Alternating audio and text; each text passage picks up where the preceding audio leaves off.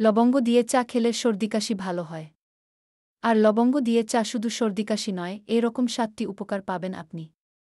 অবাক হচ্ছেন? অবাক হওয়ার কিছু নেই।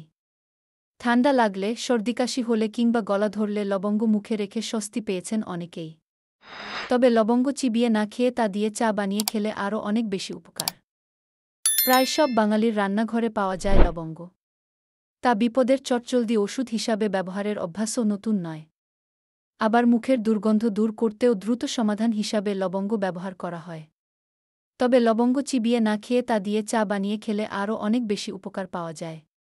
কারণ লবঙ্গে রয়েছে অ্যান্টিঅক্সিডেন্টস, প্রদাহনাশক এবং অ্যান্টিমাইক্রোবিয়াল উপাদান, যা শরীর স্বাস্থ্য ভালো রাখতে নানাভাবে সাহায্য করে। চলুন জেনে নেওয়া যাক কিভাবে বানাবেন লবঙ্গের চা।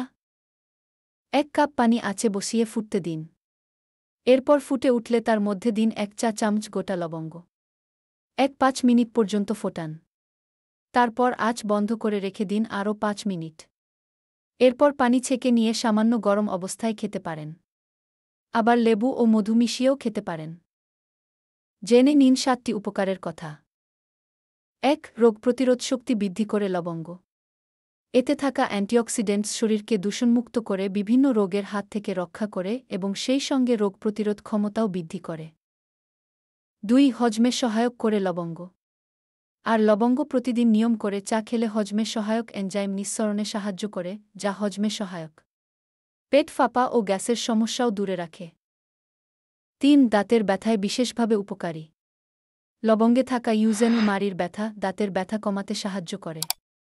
এছাড়া মুখের ব্যাকটেরিয়া নাশ করতেও সাহায্য করে লবঙ্গ চা। 4. ফুসফুসের স্বাস্থ্যে ভালো কাজ করে লবঙ্গ।